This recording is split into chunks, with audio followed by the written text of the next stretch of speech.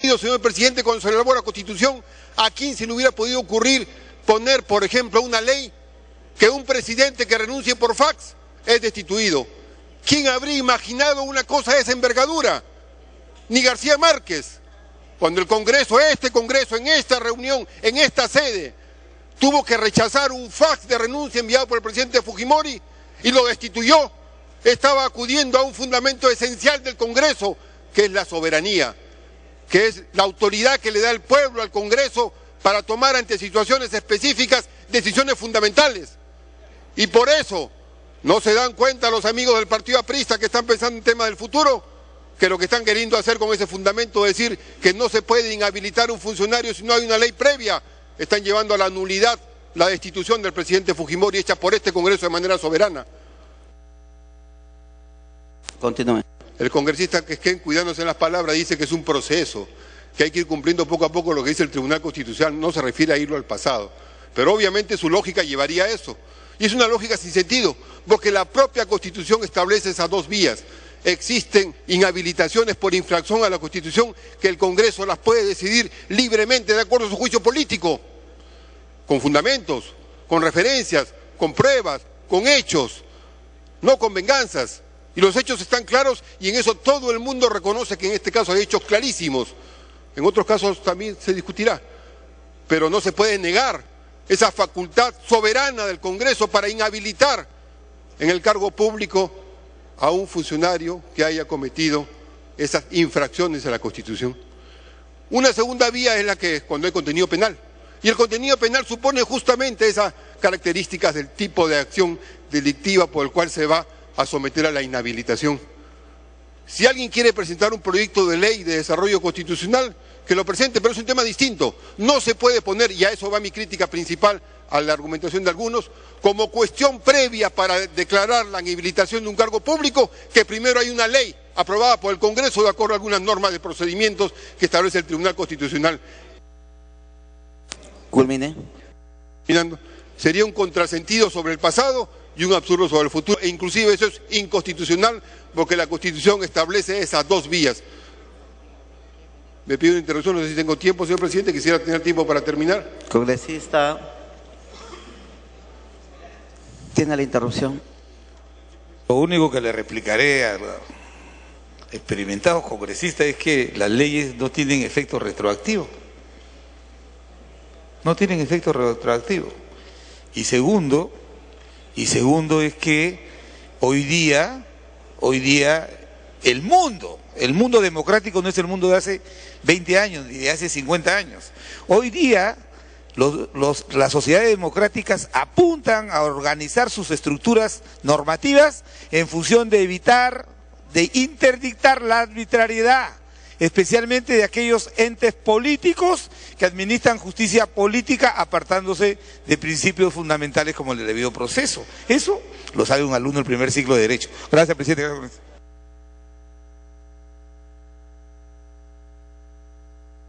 Velázquez Quisquén ha reconocido su error en su argumentación, porque así como la ley no es retroactiva, tampoco la Constitución puede ser derogada retroactivamente. Y esa doble vía que establece la Constitución en el artículo 100 es clara, es explícita, diferencia la inhabilitación cuando hay un contenido penal que la habilitación cuando hay un juicio político que establece el Congreso de manera soberana. Por lo tanto, no se puede poner un cortapisas para decir no se puede hacer esa vía si es que no hay previamente una ley que establezca una definición. Por eso me alegra que el congresista Velázquez Quisquén se empiece a dar cuenta de que tiene que buscar otros argumentos para defender casos que posiblemente vengan. Pero creo que en este caso es indudable que el informe de la Comisión señala claramente las razones de la inhabilitación y creo que debe aprobarse y respaldarse que se apruebe esa inhabilitación tal como está planteando la Comisión que ha presentado el informe. Congresista Lezcano.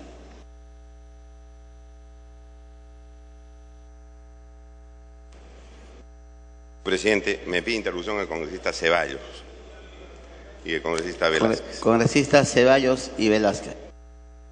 Sí, presidente, gracias. Se ha reiterado el caso Tineo muchas veces y es necesario puntualizar algunos aspectos. Es cierto que tanto el constitucionalista Enrique Bernales como Valentín Paniagua describen conceptualmente de que el Parlamento estaría inhabilitado a sancionar porque no tiene taxativamente descritas sanciones. Pero va más allá. Inclusive le niegan en sus conceptos al Parlamento la posibilidad que puedan inhabilitar o sancionar a alguien en tanto la Corte Suprema no haya previamente sancionado. Va más allá. Presidente, y con todo respeto al congresista Velázquez, él ha dicho que, en esos términos, la doctrina del Tribunal Constitucional, nos ordenamos. El Tribunal, en una concepción marco, da jurisprudencia constitucional. Y esto tiene dos conceptos bastante diferentes: doctrina constitucional y precedentes vinculantes. ¿Cuál de ellos obliga? El precedente vinculante. Y el Código Procesal Constitucional de manera textual dice: si algún argumento jurídico de determinada sentencia tiene el carácter obligatorio, en la parte resolutiva tiene que ser expresamente citada. Continúa. Y el caso Tineo precisamente no va por este ángulo, sino va por el ángulo de la doctrina constitucional. Y no quiero decir tampoco que la doctrina constitucional es irrelevante. No, sugiere, recomienda, advierte, pero más no obliga. Y a efecto de ello, este Parlamento tiene que reclamar su autonomía. Yo he insistido, tenemos que defender el fuero parlamentario. No estamos amarrados a este fallo Tineo. Podemos recoger, en el mejor sentido de la expresión, sus recomendaciones, sus sugerencias. Y lo otro, para terminar, si me permite un minuto más, congresista, por favor. Sí. Me quedaría una pregunta. ¿Podemos, si cabe el término, encasillar la política? ¿Podemos enmarcar la política? Yo entendía que la política era libertad, era discrecionalidad. Y ya que se ha citado textualmente el fallo Tineo, me voy a permitir dos citas muy breves del fallo Tineo. Citan a Manuel Aragón. ¿Qué dice? A diferencia de la judicial, confrontando con el Parlamento, la interpretación de la Constitución es enteramente libre, sustentada no en motivos de derecho, sino de oportunidad. Esto es, se trata de una valoración efectuada con razones políticas y no con métodos jurídicos.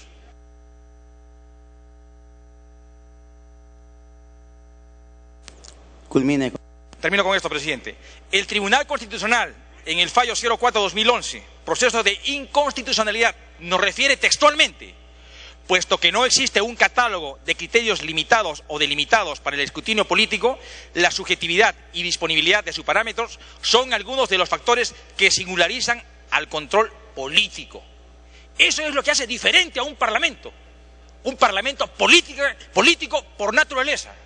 Gracias, presidente. Congresista Velázquez. Solamente quería decirle al congresista que me entenció que el uso de la palabra, al congresista Dagmer, yo no he planteado una cuestión previa. No he planteado cuestión previa. Yo he fundamentado por qué vamos a votar en ese sentido y eso es democrático.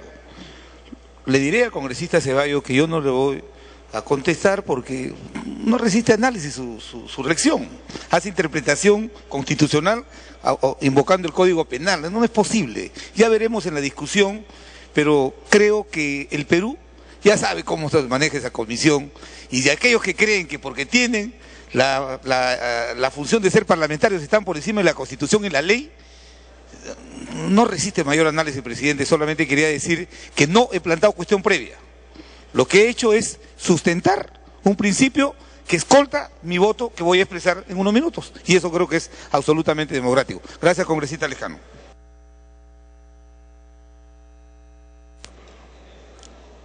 ¿Congresista? No, pues culmine, congresista, no sé cuál es el problema. Está en interrupción. Usted tiene después el uso de la palabra. Sí, sí.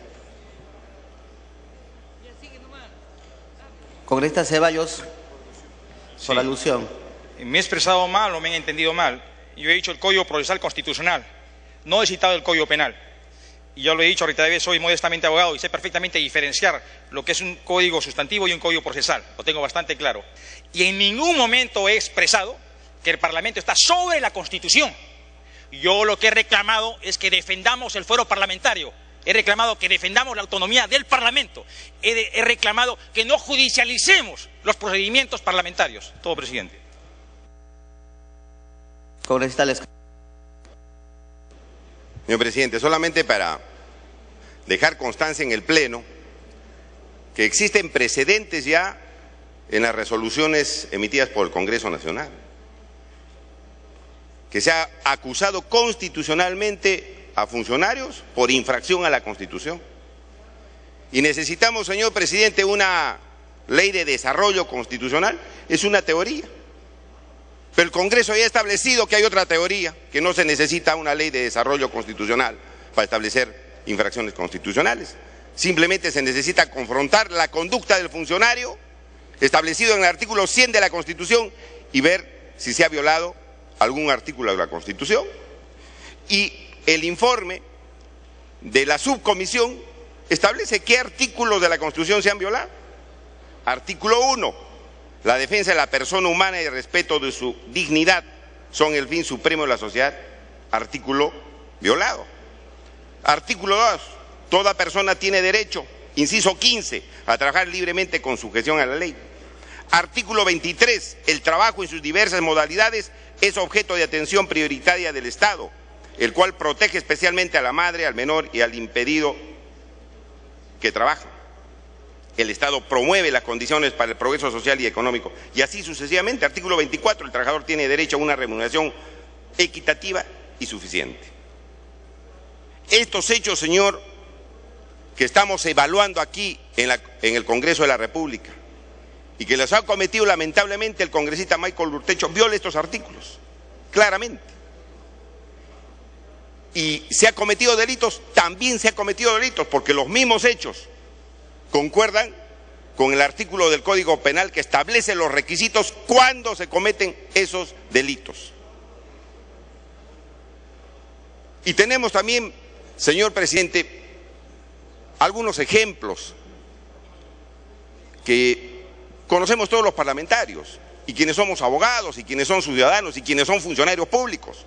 ¿O acaso no es cierto que cuando un funcionario público comete una infracción, es destituido de su cargo y adicionalmente se le abre un proceso penal por haber cometido también delito por ese mismo hecho? ¿O no es eso cierto? Es absolutamente cierto. Y en el Parlamento se da lo mismo. Estamos en un procedimiento administrativo parlamentario o un procedimiento administrativo político. Y es constitucional porque está en la Constitución. Y así lo permite el artículo 99 y el artículo 100. Y ese mismo hecho merece una acusación constitucional por infracción. Y además, señor, si se tipifica y concurren los requisitos del delito, también son pasibles de una denuncia por los delitos cometidos. Continúen. Consecuentemente, señor, nosotros vemos absolutamente viable, señor presidente, la acusación constitucional por infracción. No hay ninguna duda, señor, porque si no, señor, solamente los pasamos por delitos cometidos, como sucede algunas veces, prescribe la acción, quedan absueltos y no pasó nada. Y tenemos varios ejemplos en el Parlamento, donde se les ha acusado solamente por los delitos, han pasado el Poder Judicial y los han archivado y no pasó nada. Y el Congreso burlado, el pueblo burlado. Y algunos parlamentarios dicen, tenemos que ser contemplativos y tenemos que ser misericordiosos con esto. ¿Y quién fue misericordioso y compasivo con los trabajadores? Parece que eso se olvidaron. No fue un día, no fue un mes, fueron años. Años.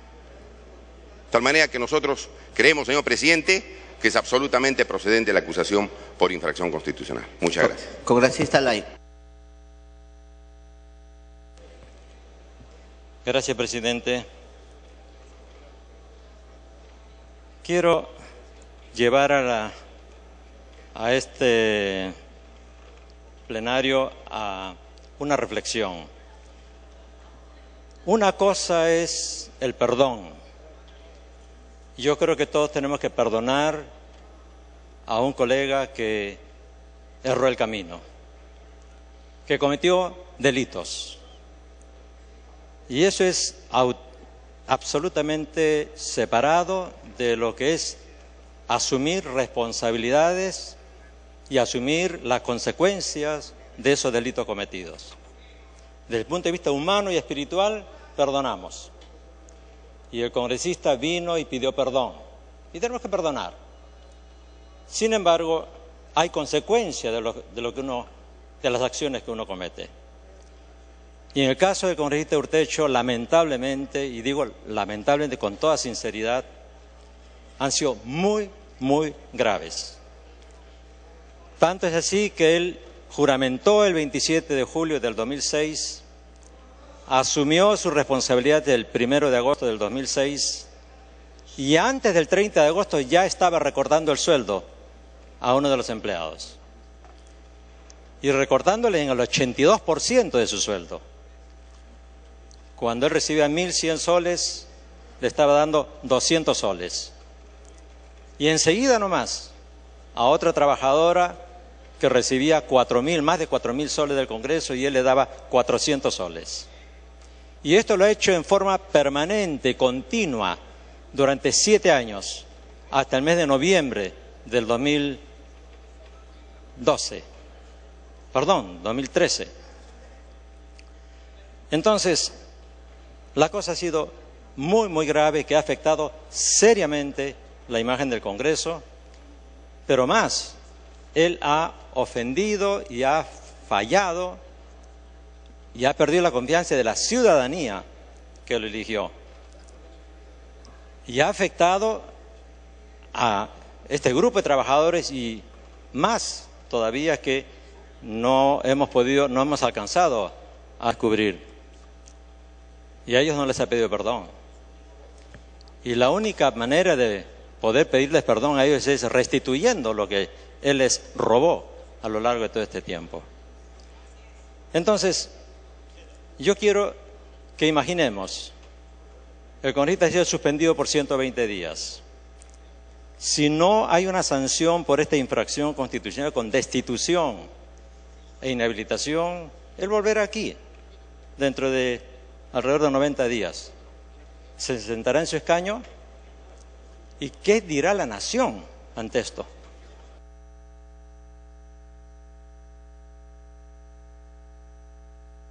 Continúe.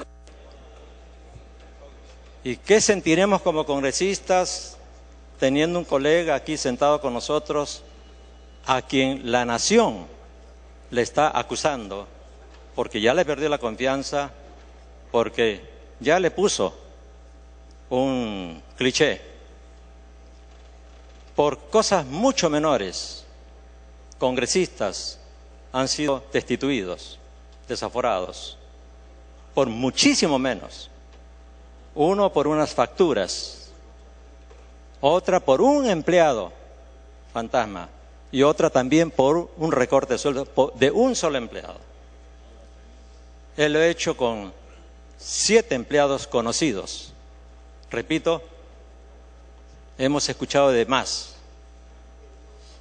Y hay otros delitos más que eso se está remitiendo al Ministerio Público. El tema de las sillas, enriquecimiento ilícito y todo lo demás. Entonces, esto sí es un foro político. Continúen. Tenemos que ver la honra de este Parlamento, de este Congreso, que está tan mellado, y no sancionarlo con destitución y con esta inhabilitación que se está planteando. Y repito, lo hacemos no con placer, ni con deseo de venganza, ni con deseo de humillación. No, es defender la majestad de este Parlamento, repito, ya mellada, pero que de alguna forma tenemos que ir rescatándolo e ir recuperando la credibilidad ante la ciudadanía. Por eso digo, señor presidente, a través suyo a todos los colegas parlamentarios, está de por medio la justicia, que esos trabajadores a quienes se robó, algunos de ellos más de 100.000 soles, otros 80.000 y otras cantidades similares, ellos han sido afectados. La ciudadanía ha sido afectada. Se han cometido delitos graves, repito, en forma repetida, continua, durante 7 años. Y esta persona lamentablemente no reúne las condiciones para continuar siendo congresista. Culmine. Para ir terminando. Yo siempre he estado recordando esto, señor presidente, que en la Constitución se habla de la jerarquía de los funcionarios públicos y el congresista, nosotros estamos en el segundo lugar en la jerarquía, debajo del presidente. Y mientras más honra, más dignidad, más honor, hay más responsabilidad. Y el congresista Urtecho ha dicho que él pide perdón a Dios, porque le falló a Dios. Justamente ese es un agravante que él tiene, lamentablemente, porque conociendo a la palabra de Dios, ha hecho lo que ha hecho durante 7 años y lo ha considerado al final simplemente como errores. Error haber solicitado un apoyo económico a sus trabajadores. Error por haber solicitado una contribución económica. Eso no es un error, ni es una contribución, ni es un apoyo.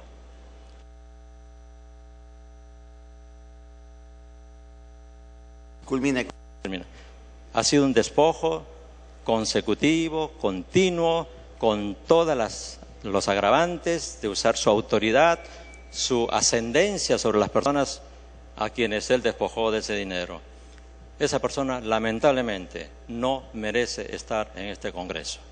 Por eso es el planteamiento de esta infracción y por eso el pedido de destitución y de inhabilitación, porque ya perdió la confianza de la ciudadanía. Muchas gracias, señor presidente. Congresista Bengolea. Presidente, solo para hacer algunas consideraciones a propósito de un debate jurídico, por demás interesante que se ha planteado. Yo hace unos días, pensando en esto, se realizó una reunión en donde había más o menos 50 profesionales en donde se planteó el tema. Viene el debate del congresista Urtecho. ¿Qué piensan al respecto? Porque estos argumentos que hemos escuchado al congresista Velázquez ya se los escuchamos en la comisión permanente, entonces se planteó el tema. ¿Qué piensan ustedes? Se armó un debate parecido. Ciertamente la enorme minoría de los abogados presentes sostuvo aquella posición que está defendiendo el APRA. Los demás defendían la posición contraria. Tremendo debate jurídico. Era la mitad de la sala la compuesta por abogados. Llegó un momento en la discusión que les dije, a ver un momentito, los abogados cállense la boca un ratito. Escuchamos a la otra mitad de la sala, que estaba compuesta por periodistas, economistas y otros profesionales. Ninguno entendía el por qué estaban discutiendo algo tan elemental. El congresista Urtecho debía irse del Parlamento de inmediato. Esto lo digo a colación de lo que acabo de escuchar al congresista Lai. Es decir, pueden haber grandes argumentos jurídicos acá sobre teorías que no son terminadas, que no son palabra final, que admiten sustentación de uno y de otro lado. Pero lo que la nación está pidiendo es la separación inmediata de un congresista indigno de permanecer en el Parlamento. Tan sencillo como eso. Ahora sí quiero hacer una breve raciocinio sobre los temas jurídicos que aquí se han planteado. Porque quiero recordar lo que fue el debate en el caso del congresista Chejade, porque fue el mismo argumento el que se presentó. Y presentándose ese mismo argumento, la bancada nacionalista votó por salvarlo. Ahora nos presentan el mismo argumento y la bancada nacionalista va a cambiar su voto. Bueno, ellos son dueños de hacer lo que quieran con su voto, pero quiero llamar la atención de esto. Porque en ese momento, también citando al congresista Velázquez, el congresista Velázquez dijo cosas tan redondas como esta. Una cosa es el juicio jurídico y otra cosa es el juicio político. El juicio político no responde a una razón jurídica, sino a una razón política. Quien comete una falla política es sancionado por esa falta política. Por eso hay el juicio político. El juicio político no se sanciona por una razón jurídica, sino por una razón política. Así lo dice la doctrina, que es el sustento del juicio político. Y podría seguir citando lo que fue el muy buen discurso del congresista Velázquez en aquella oportunidad, defendiendo la separación que establece el propio artículo 99 de la Constitución, le doy la razón al congresista Damer, entre un juicio político y un juicio jurídico, que en realidad no es un juicio jurídico, es un antejuicio. Porque acá no confundamos. Lo que hemos hecho hace un instante con el voto fue un antejuicio. Este Congreso de la República no es nadie para determinar si hay delito o no hay delito. Eso lo tiene que determinar el Poder Judicial. Por eso se hace un antejuicio para ver si hay razonabilidad, hay indicios suficientes para decir, hey, Poder Judicial, quede usted habilitado. Es usted el que tiene que determinar si hay o no hay delito. Lo que sí puede hacer el Parlamento es establecer un juicio político que tiene como sanción la inhabilitación. Pongámonos un instante en la cabeza del legislador. ¿Por qué se habrá establecido esta diferencia? ¿Tiene razón de ser o no tiene razón de ser? Y yo digo, claro que tiene razón de ser. Continúe. Porque hay pues faltas políticas, ¿no es cierto?, que tienen que ser sancionadas de esta manera y evaluadas de esta manera. Porque hay además una razonabilidad inmediata, que digámosla, porque no puede pasar para la población que sigue este debate, muchos sin entenderlo muy bien, que entiendan cuáles son las consecuencias. Cuando se hace un antejuicio como el que hemos hecho anteriormente y hemos habilitado al Poder Judicial, lo que ocurre es exactamente lo que dijo el congresista Lai. El congresista se irá, se le habrá levantado la inmunidad, irá a atender el proceso judicial, pero seguirá en el Parlamento. Yo pregunto si esto es lo que queremos. La fórmula que habilitó la Constitución del 93 para su separación inmediata es la inhabilitación parlamentaria. Y no confundamos aquí, por favor, la inhabilitación que cita la Constitución, que es la inhabilitación política que dicta el Parlamento como órgano político, con la inhabilitación jurídica que viene después con una sentencia de parte del Poder Judicial. Estamos hablando de cosas distintas, es la misma palabra, es verdad, ¿no es cierto? Pero estamos hablando de situaciones diferentes. Claro, aquí todo está enredado por esta famosa sentencia del Tribunal Constitucional. Es verdad, o sea, existe y yo creo que una vez más nos complica la tarea a todos. Continúe. Y frente a eso yo quiero sentar una posición, que admito es debatible, pero sin sentar una posición. Lo primero que quisiera decir es lo siguiente: sí sostengo lo que ha dicho el congresista Ceballos. Yo creo que lo que es vinculante, ¿no es cierto?, y esto así se admite, es una sentencia, ¿no es cierto? Sentencia vinculante cuando el mismo que la dicta señala que ahí hay, ¿no es cierto?, una vinculación posterior. Pero no una doctrina jurídica, una doctrina nunca es vinculante. De allí llamo la atención yo permanentemente, por ejemplo, a la Corte Suprema, que le ha dado hace algún tiempo por legislar vía acuerdos plenarios. Eso se lo inventaron ellos y nosotros se lo hemos permitido. Dicho sea de paso, ahí hay tarea pendiente. La Suprema se reúne, hace acuerdos plenarios y resulta que eso es vinculante. ¿De dónde me lo sacaron? Hasta ahora les estoy pidiendo que me expliquen de dónde salió, porque de la Constitución y de la ley no salió. Eso se lo inventó el Poder Judicial. Pero esto es igual. No se puede citar cualquier sentencia como vinculante a futuro, y mucho menos para el Parlamento de la República. Y frente a eso, me disculpará usted, presidente, con todo respeto, antes que me corte el micrófono, le pido un minuto más, pero hago una última reflexión, que es la siguiente. ¿Quién ha dicho, presidente, que el Tribunal Constitucional es el máximo intérprete de la Constitución peruana? ¿Quién lo dijo? ¿Dónde está? ¿Quién me enseña el artículo constitucional que así lo dice? ¿Quién lo dice? ¿Una ley orgánica? Porque cuando vemos el debate de la Constitución del 93, en la que estuvo la propia congresista Marta Chávez, eso no era así. Lo que llegó al debate fue una cosa distinta. Era un control de la constitucionalidad de las leyes que iba a ejercer una sala de la Suprema. En un momento del debate se introdujo esta figura que ya venía de la Constitución del 78, pero nunca se dijo en ningún momento que iba a tener este rol. Lo asumió el propio TC. Y los demás más o menos lo hemos ido manteniendo, ¿no es cierto? Pero tal como alguien dijo ya en el debate, aquí también hay órganos que interpretan cuál es la función del Parlamento y que han interpretado en sentido contrario. De manera que yo repetiré lo que dije en la comisión permanente, presidente. Me pide una interrupción a la congresista Chávez. Usted tiene el uso de la palabra, congresista Chávez, después. Sigue usted. Entonces... Usted decide, presidente. Congresista Chávez, tiene interrupción. Sí, presidente, gracias, congresista Bengolea. No solamente para precisar que este Congreso dio la ley el año 2004, la ley 28301, cuyo artículo primero, que es la ley orgánica del Tribunal Constitucional, dice que es el supremo intérprete de la Constitución. Por lo tanto, al ser supremo, tiene una, diríamos, mayor valor que cualquier otra interpretación especializada o vulgar en el sentido normal, ¿no?, que pueden realizar los ciudadanos, ¿no? Gracias, congresista Bengolea. Continúe. Gracias, presidente. Solamente para terminar entonces, establezcamos la diferencia con toda claridad, presidente. Hay un juicio político que hacer, hay un juicio que no es un juicio, no nos confundamos, no es un juicio jurídico, es un antejuicio. Aquí nos estamos agotando en ver si hubo delito o no hubo delito. Cuidado, tranquilos, eso no nos corresponde, le corresponde al Poder Judicial. Ya hicimos nuestra tarea, hemos descubierto que hay indicios y lo hemos enviado al Poder Judicial para que esto lo determine. Pero ahora toca ver, en materia política, si es que ha habido infracción o no a la Constitución. Y yo simplemente lo diré, y creo que también esto es discutible, que yo sí adscribo a quienes sienten, ¿no es cierto?, que no es necesario. Lo dijo el doctor Enrique Bernales, y yo lo respeto mucho, este ha sido mi profesor también, pero tampoco es palabra final, ¿no es cierto? Hay quienes dicen que hay que hacer esta lista para que podamos aplicar infracción. Yo creo que no. Yo creo que no, la propia Constitución es una lista en sí misma y quien infracciona esa lista está cometiendo infracción constitucional y es pasible de ser sancionado políticamente. Es por lo menos mi interpretación, dejo constancia de ella, presidente, y por eso, con toda decisión, esta bancada va a votar tal como votó hace unos años en el tema anterior, en donde se puso el mismo argumento y nosotros no estuvimos de acuerdo. Ahora es el mismo argumento y tampoco estaremos de acuerdo, de manera que votaremos porque proceda la acusación y que proceda la inhabilitación, presidente. Gracias. Congresista Marta Chávez. Gracias.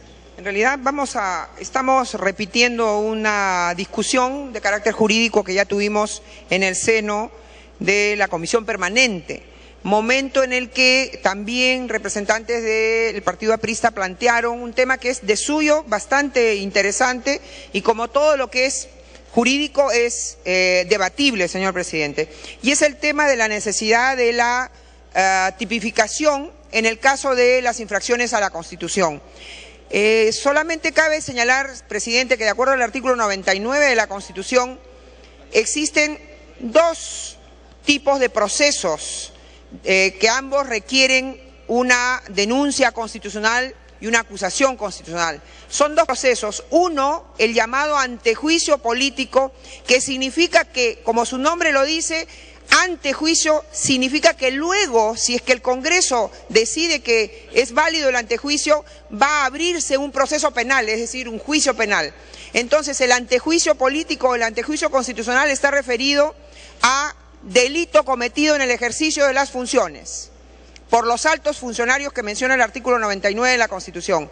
Pero también existe el llamado juicio político, que como su nombre lo señala, no tiene un después, porque en ese juicio político en que se acusa de infracción a la Constitución, simplemente termina, por lo menos en sede del Congreso, y no es revisable en sede judicial, a menos que, tal como lo ha determinado el Tribunal Constitucional, por no existir isla alguna exenta de control sobre la constitucionalidad y el respeto de los derechos fundamentales, si se plantea una acción de garantía constitucional como un habeas corpus, un amparo, puede llegar a ser revisado por el Poder Judicial y luego inclusive por el Tribunal Constitucional. Pero en ese caso del antejuicio, señor presidente, se ha definido que si bien se suspende a la persona que sea acusada de delito cometido en el ejercicio de las funciones hasta que dure el proceso penal y puede ser reemplazado mientras tanto por un accesitario, en el caso que luego el Poder Judicial decida que esta persona es inocente, termina la suspensión, se le pagan inclusive las remuneraciones dejadas de percibir y obviamente termina el reemplazo por el accesitario. Me pide una interrupción el congresista Mulder, si usted lo permite, presidente. Congresista. Presidente, la congresista Marta Chávez tiene razón. Hay el antejuicio político y hay el juicio político. Y lo que estamos haciendo ahora son justamente las dos cosas. El antejuicio, el que hemos votado, y el juicio, el que está ahora. Lo que nosotros estamos señalando es que sobre los mismos hechos no puede establecerse ambos procedimientos constitucionales. Y lo dice el Tribunal Constitucional justamente en la famosa sentencia ya denominada 65 congresistas, cuando dice, por otra parte, el Tribunal Constitucional considera que la función congresal sancionadora prevista en el primer párrafo del artículo 100 de la Constitución no solo puede ser ejercida en aquellos casos en que existe una sentencia condenatoria emanada del Poder Judicial por delitos funcionales en que incurran los funcionarios previstos en el artículo 99, sino también en los casos en que se configuren responsabilidades eminentemente políticas cuando no exista la comisión de un delito de por medio. Eso es lo que nosotros estamos señalando, que si es delito ya no puede ser infracción constitucional, son conductas distintas. Pero además estamos señalando que con la sentencia del 2012, esa infracción constitucional tiene que estar previa y taxativamente señalada en la ley. Gracias, presidente. Continúe con... Interrupción, presidente, de la congresista Nicama, si usted lo permite. Gracias, congresista Marta Chávez. Gracias, presidente. Presidente, está muy bonita la lección que nos están brindando nuestros colegas, pero mi pregunta es, si se crea la acusación y se realiza un juicio o antejuicio político, creada la sanción, le pregunto, ¿sería valedera esta sanción? Por ejemplo, mi caso. Se pagó, se descubrió que todo fue una farsa, está archivado totalmente. La prensa no lo sabe, pero quiero que sepan ustedes esta tarde que un medio de comunicación de Lima pagó para que se me acusara. Pero la suerte es que, para que sepa el mundo entero, yo no soy dueña de nada, por si acaso. Y es que ellos creyeron que yo era dueña, por eso es que se me acusó así. Pero fue pagada, la practicante de esa empresa fue pagada para que se me acuse. Y el Congreso, señor presidente, aquí en el Pleno, una persona marcada por Dios, digo marcada, porque fue mentira. Culmine, congresista. Gracias, presidente. Una persona marcada por Dios y que Dios le dio la herramienta para coger a una congresista con una moral alta para que la utilice como una guillotina, porque fue una mentira la denuncia creada, en este caso, que lo sepa también la prensa. ¿Por qué no dice eso? Una denuncia se prestó a la mentira, eso fue creado. ¿Cómo quedaría este caso, señor presidente? Se acusaría a esta persona porque fue el gestor de esta mentira para que mi honor se vea manchado, por ejemplo. Eso no se ha visto. En este caso, ¿cómo quedaría el Pleno? Eso es todo. Congresista Chávez. Solamente para intentar responder la pregunta de la congresista Anicama. Una cosa es el proceso de ética en la Comisión de Ética y ahora estamos hablando del antejuicio constitucional y el juicio político, presidente. Son temas distintos. Ahora, había yo señalado que en el antejuicio se refiere a acusación por delito cometido en el ejercicio de las funciones y si el Congreso decide, como ha decidido en la primera parte de esta sesión en lo que atañe al congresista Urtecho, ha decidido que da lugar a la formación de causa por determinados delitos, entonces, de acuerdo al artículo 25 del reglamento del Congreso, señor presidente, queda en suspenso mientras dure el proceso y es reemplazado por el accesitario. Y aquí quiero señalar algo, presidente, porque me indujo a error la publicación del reglamento del Congreso, inclusive de la última edición del 2012. Al hablar del artículo 25, no menciona que esta parte del artículo 25, segundo párrafo, que dice que debe haber un previo acuerdo de la mitad más uno del número legal de miembros del Congreso para llamar al accesitario de alguien que ha sido acusado de delito en el ejercicio de la función. Esto ya no está más vigente, presidente, y pido que por favor usted disponga una nueva edición de este reglamento. Continúe. De acuerdo a la sentencia del Tribunal Constitucional de 4 de enero del 2010, ante un pedido formulado por congresistas de la República respecto de la modificación que se hizo el año 2007 al artículo 25, el Tribunal Constitucional ha considerado que es inconstitucional esta frase, previo acuerdo de la mayoría de los congresistas. Por lo tanto, al haberse publicado esta sentencia, ya quedó derogada de manera especial esa frase, ya no existe más. Sin embargo, en nuestro ejemplar de reglamento todavía figura, presidente, sin la atingencia. Entonces, esto por lo que atañe al antejuicio constitucional, que es lo que hemos realizado y acordado en la primera parte. Ahora me voy a referir al juicio político, señor presidente, que se refiere a infracción a la Constitución. Y es cierto lo que se ha señalado respecto a que no está tipificada. Esa fue la argumentación de mis colegas Carmen Lozada y Luz Salgado cuando el año 2001 fueron acusadas aquí por este Congreso y inclusive ellas alegaron esta circunstancia de que no podían ser objeto de infracción a la Constitución si no estaba tipificada. Sin embargo, presidente, en ese momento el Congreso consideró que no era necesario la tipificación y es más, el Tribunal Constitucional en una acción de amparo que ellas presentaron se salió por la tangente y tampoco validó ni se ocupó de ese criterio. Nos traen ahora en mención una sentencia del Tribunal Constitucional del 8 de agosto del año 2012, recaída en un proceso de habeas corpus en el caso del señor Tineo. Y aquí aparentemente, señor presidente, aparentemente el Tribunal Constitucional en una... Continúe. Presidente, en un exceso, diríamos, de creatividad intelectual, pese a que no era materia del caso, porque el caso Tineo era de acusación de delito, no de infracción a la Constitución. Sin embargo, se explaya dando a entender aparentemente que se necesita la tipificación en la infracción a la Constitución. Pero no lo ampara al señor Tineo, le declara improcedente e infundada en su totalidad la demanda, pero sí dice que el Congreso de la República, en las investigaciones y procedimientos administrativos sancionadores que realice, debe considerar que es necesaria la tipificación. Sin embargo, presidente, en esta sentencia que yo menciono del 4 de enero del año 2010, si bien es previa, ninguna de estas dos sentencias son carácter de precedente y de acuerdo al Código Procesal Constitucional, cuando el Tribunal Constitucional desea, de acuerdo al Código Procesal Constitucional, que una sentencia sea obligatoria, es decir, que sirva de guía para casos similares, lo dice. Continúe. Sentencias no son precedentes, señor.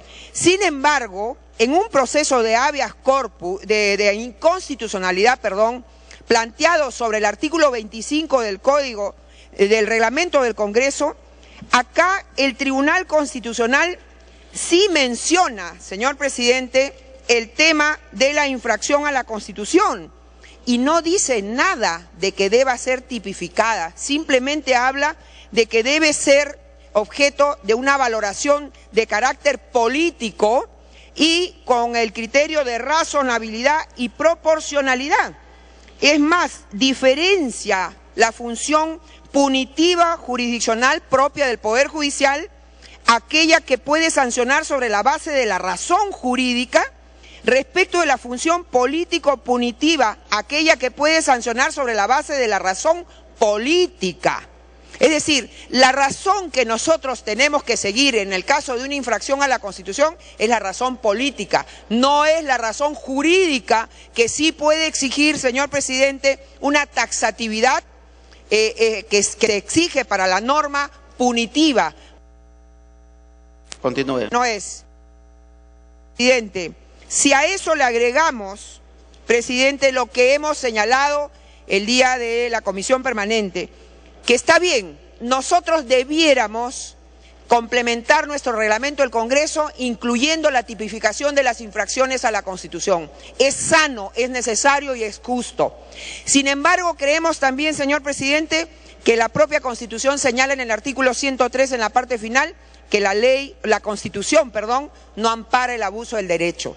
Si el Congreso no ha cumplido con emitir la reglamentación de las infracciones a la Constitución, sin embargo, señor presidente, eso no podría significar que en este caso, en que se ha formado causa por infracción a la Constitución, digamos, no podemos pronunciarnos, no podemos dejar de pronunciarnos, señor, por vacío o deficiencia de la ley. Hay que aplicar la justicia aún en caso que haya vacío o deficiencia de la ley. No tenemos una definición ni una tipificación de lo que es infracción a la Constitución, pero sabemos en concreto que lo que se ha producido aquí, señor presidente, al apropiarse un congresista de las remuneraciones de los trabajadores, continúe, una infracción a la Constitución, porque ¿qué más propio para un derecho fundamental de los trabajadores? Su remuneración, aquella que sirve, señor presidente, para que sostenga a su persona y a su familia. En el Perú no hay trabajo gratuito, en el Perú el trabajo se paga y la remuneración es irrenunciable. Y aquí se ha probado que ha habido trabajadores que han trabajado y no se les ha dado su remuneración. Por lo tanto, esta es una clarísima infracción a la Constitución, a derechos fundamentales de un grupo de trabajadores. ¿Qué más que sentido de infracción a la Constitución que ese, señor presidente? Por una razón natural, aun cuando no tengamos una tipificación precisa, pulcra, de lo que es una infracción a la Constitución, todos sabemos en nuestro fuero interno que se ha producido una infracción, una violación clarísima a derechos fundamentales de un grupo de trabajadores que han trabajado y a los que se les ha reducido injustificadamente su remuneración. Que eso sea delito, eso lo determinará el Poder Judicial. Continúe. Infracción, señor presidente, por supuesto que lo es. Y no podemos dejar de administrar justicia porque nos falte una norma que desarrolle la infracción a la Constitución, porque dejar de administrar justicia en ese caso y taparnos los ojos frente a esa, ya no tengo más ocasión, de cerrarnos los ojos frente a eso que es una verdadera infracción a la Constitución, sería amparar el abuso del derecho. Y la Constitución no ampara el abuso del derecho. Nos puede costar mucho, es muy ingrato estar acusando a otras personas, más aún en la condición del congresista Urtecho y ante su propio ruego aquí. Pero creo que debemos nosotros asumir la responsabilidad que tenemos y acusar por infracción a la Constitución, clarísima desde mi punto de vista en el caso concreto. Gracias, presidente. Habiendo concluido el rol de oradores, finalmente tiene la palabra el congresista Falconi Picardo. Gracias, señor presidente. Una interrupción está solicitando el congresista Velázquez, si usted lo permite. Congresista Velázquez. Solamente para precisar algo, no está el congresista Alberto Bengolea, habló del precedente vinculante, yo he hablado de doctrina constitucional, la doctora Chávez dice otro tercer argumento, pero esta sentencia, en la parte resolutiva, en el punto 4 dice, poner en conocimiento la presente sentencia a la Presidencia del Consejo de Ministros y a la Presidencia del Congreso de la República para que en las investigaciones y o procedimientos administrativos sancionadores que realicen, respeten el contenido de los derechos señalados en los fundamentos 2 a 74. ¿Es obligatorio? ¿No es obligatorio? Me releva de mayores comentarios. Nada más quería decir eso. Gracias, congresista. Congresista Chávez, una interrupción. Creo que no estaba, gracias congresista Falconi, creo que no estaba atento el congresista Velázquez. Precisamente he leído ese artículo 4 y he dicho que aunque lo diga así, esta sentencia no tiene carácter de precedente. Y es más, no era materia la que se pronuncie sobre la infracción a la Constitución, no era materia de este caso.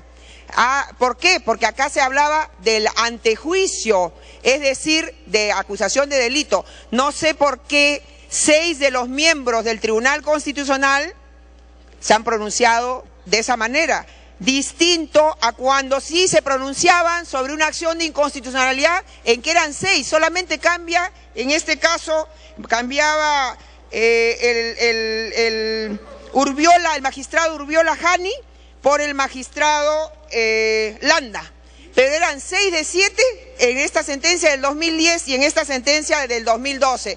Algún favor o alguna pica en Flandes estaban poniendo, ¿ah? Ojo, cuidado, porque no era materia el caso de la infracción a la Constitución, pero fueron demasiado generosos en esa materia. Era un tema de un habeas corpus sobre una acusación de delito de función. No. Congresista Falconi. Gracias, señor presidente. Bueno, el tema que se ha venido discutiendo ahora en la tarde, por favor, si prestan atención, voy a tratar de ser muy breve. Es un tema realmente bastante sencillo, y es sencillo porque no necesitamos ser abogados. Si nosotros le preguntamos al ciudadano de a pie si el hecho de recortar los sueldos durante 7 años, no pagarles las remuneraciones, gratificaciones, quedarse con el refrigerio, ¿constituye o no una infracción a la Constitución en base a los artículos que se han mencionado? Aquí hay un tema que tenemos que tenerlo bien claro, y es importante tener presente que en este caso los fundamentos de hecho y de derecho son diferentes a los que han sido materia de los delitos penales, de la concusión. Y por lo tanto, en este caso no se aplica el principio de non bis idem, que exige obligatoriamente que haya identidad de sujeto de los hechos y los fundamentos. Es por eso que para este caso concreto no se puede alegar lo mismo. Y este principio solamente funciona para las sanciones de carácter administrativo que están vinculadas a los procesos penales, en ningún caso para los procesos políticos. Entonces es una materia completamente diferente y que no tiene por qué generar la confusión que aparentemente está ocasionando. Cuando el congresista Humberto Lai formula la denuncia, dice que este hecho de recortar los sueldos está atentando contra la dignidad de la persona humana y contra la dignidad del derecho de los trabajadores. Necesitamos nosotros una ley de desarrollo constitucional para que nos explique qué es la dignidad. Necesitamos nosotros una ley que nos diga qué tipos de gravedad, si son leves, medianas o graves o muy graves, para que se afecte la dignidad de la persona humana. La Constitución Política del Estado requiere de una ley de desarrollo constitucional para cada uno de los artículos para que pueda tener vigencia, para que pueda tener eficacia. No, señor presidente, y eso lo ha establecido el propio el Tribunal Constitucional. Existe un principio constitucional de la fuerza normativa de la Constitución, y la Constitución por sí y ante sí tiene plena vigencia y plena eficacia. Esos son temas que hay que tenerlos bien presentes, pero adicionalmente a ello, ya el Tribunal Constitucional se había pronunciado en forma expresa de que para las infracciones políticas o infracciones constitucionales, el Congreso de la República puede aplicar las sanciones políticas de suspensión, destitución e inhabilitación, siempre y cuando proceda aplicando los criterios de razonabilidad y proporcionalidad. Se ha comentado acá, se ha comentado en el año 2006. Entonces, se viene comentando aquí un tema que es bastante sencillo, que es la sentencia Tineo Cabrera.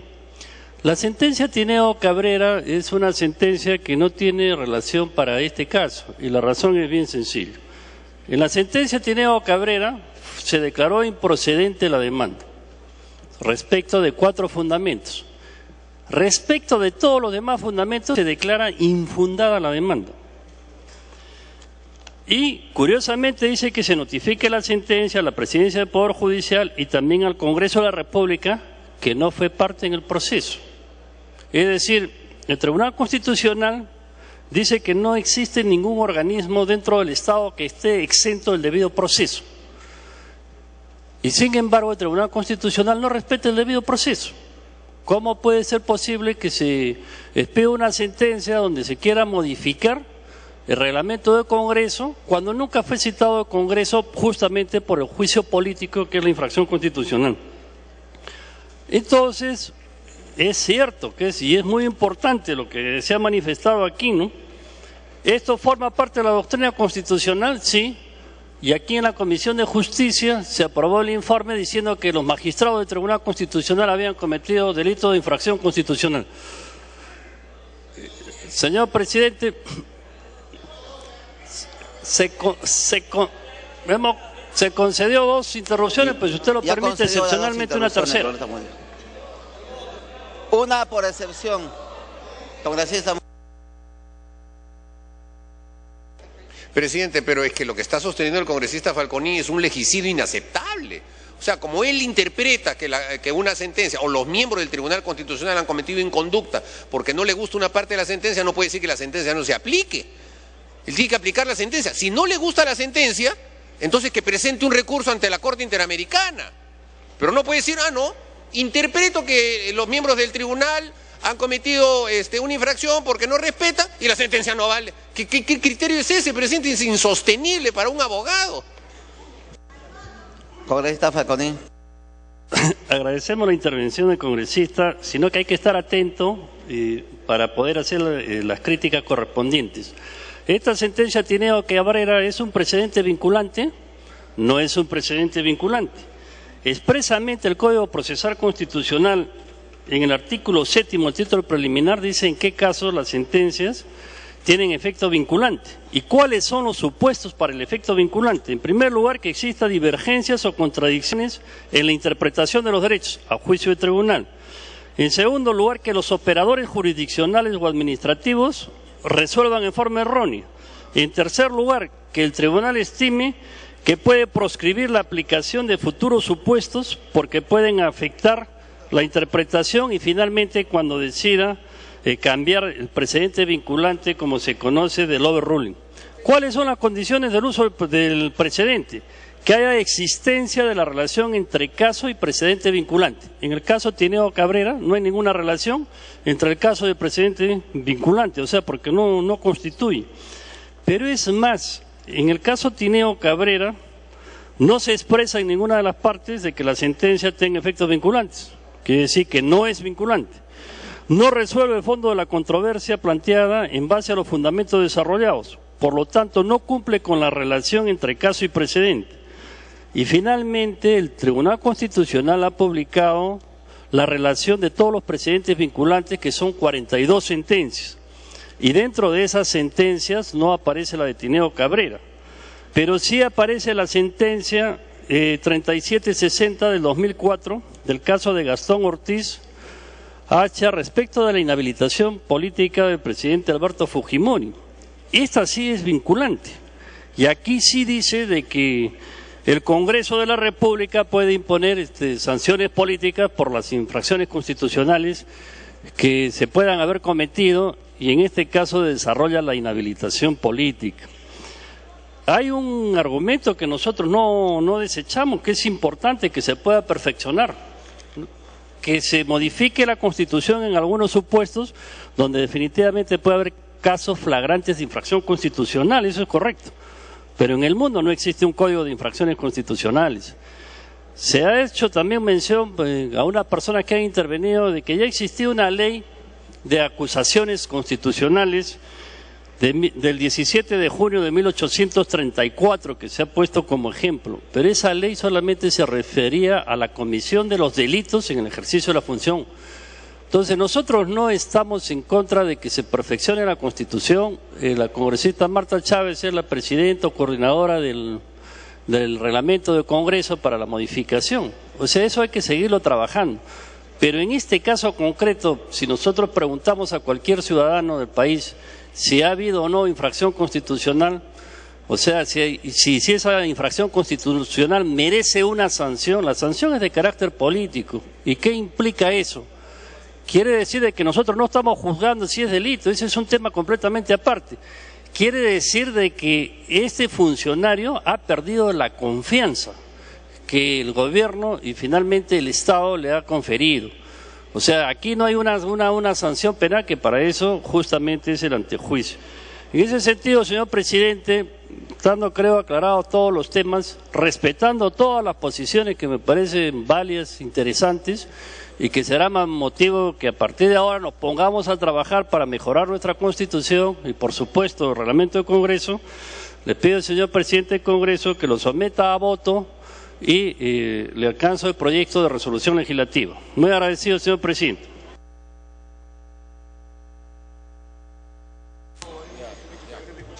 Finalizado el debate, se va a dar lectura al proyecto de resolución legislativa del Congreso propuesto por el congresista Falconi Picardo. Antes de marcar asistencia para votar, se va a dar lectura a la relación de integrantes titulares y suplentes de la Comisión Permanente que están impedidos de votar. Relación de congresistas integrantes, titulares y suplentes de la Comisión Permanente que están impedidos de votar respecto de la denuncia constitucional número 172.